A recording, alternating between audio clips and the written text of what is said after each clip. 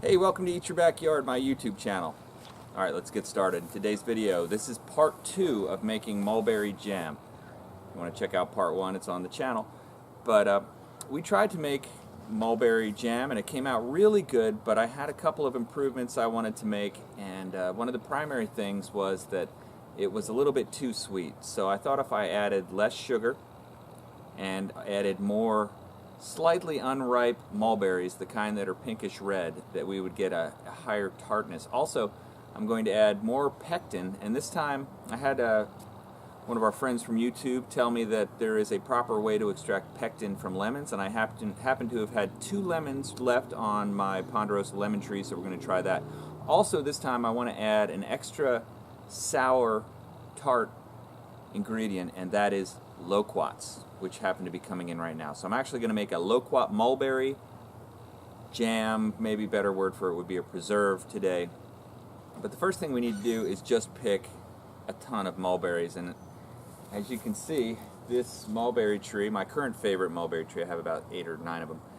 My current favorite is just completely showering mulberries onto the ground like a tornado of mulberry goodness. So we're going to pick as many as we can, and then we're going to bring them inside and cook them after we've also picked some Loqouts and made the pectin out of the lemons. So here we go.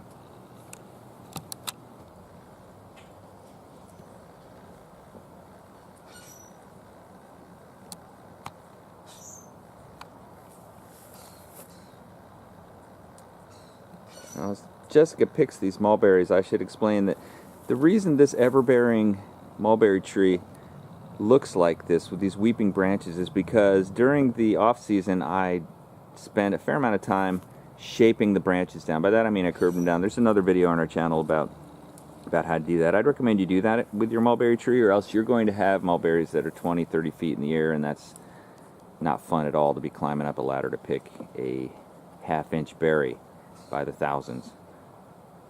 So let's keep picking. Okay, so here we go. We got a bunch of mulberries that we picked.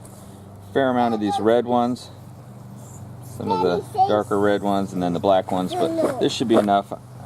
I see some little tiny bugs in here, so I'm going to fill it up with water and try and float out all these critters, and then we should be ready to go. Alright, let's go get some Loqout.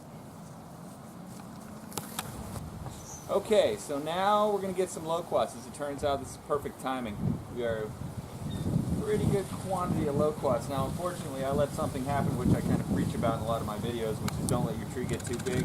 This is fortunately big enough to get to with a stepladder, but look at that. Man, that is a beautiful fuzzy Loqout. I always polish the fuzz off and make them real shiny, but that one's super ripe and sweet.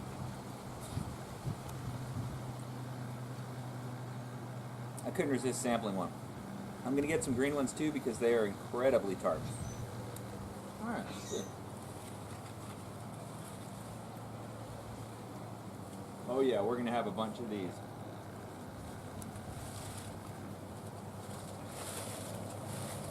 Okay, and here are the Loqouts we got. You can see they are beauties. It's going to be hard to resist not eating these. It's interesting, we get these fuzzy branches that they grow on. Pretty decent size. Wish I had more, but we can work with this amount, I think.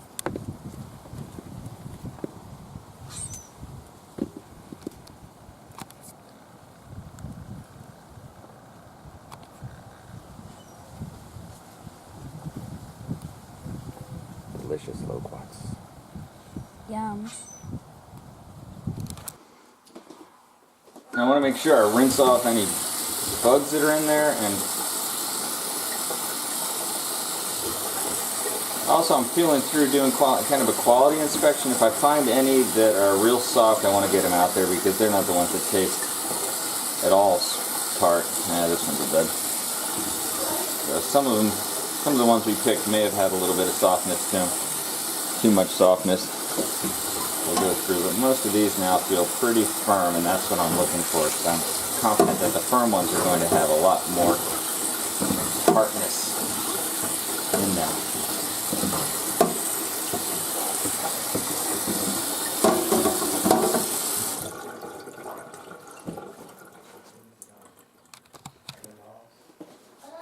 now we have some Loqouts here. I'm going to use about a cup of these. Those nice and washed off. I'll take the pits out of them next, but I'm going to leave the skins in there because I think they contain a lot of the tartness. Here it is, the bubbling, richest brew of mulberries and the juice of 1 ponderosa lemon. Next we're going to add in our Loqouts.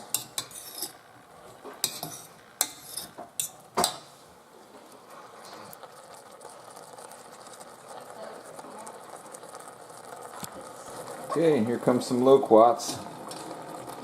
Oh yeah.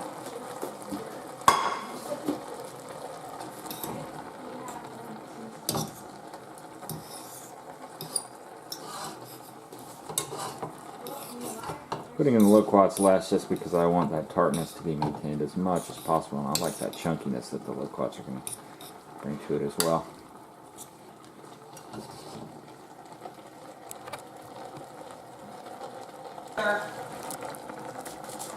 Okay, so now I'm going to add about a half a cup of sugar.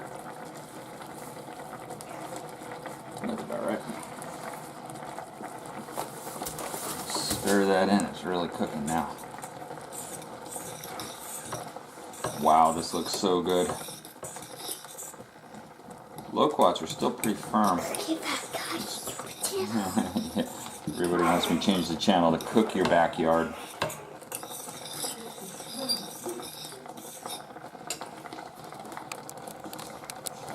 Okay, one other thing I did a little differently the last time is I didn't mash up the berries. I left them whole berry. I'm mashing them up against the side of the bowl a little bit, but I want more of a whole berry this time because I think it will also help retain that tart feeling when you hit those, that tart taste when you hit those green berries.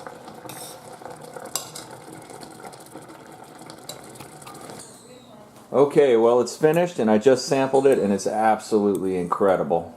I'm definitely going to make this again. It's very tart, it's still sweet but not too sweet, so I think I've corrected all the problems with my last batch.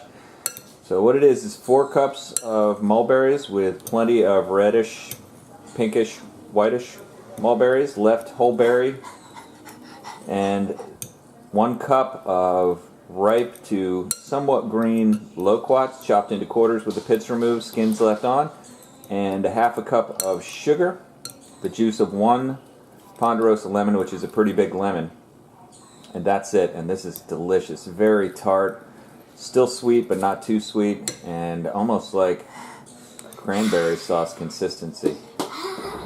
Okay, I hope you enjoyed this video. If you did, don't forget to like it. If you'd like to see more videos like this, go ahead and subscribe to our channel, Eat Your Backyard. Thanks for watching.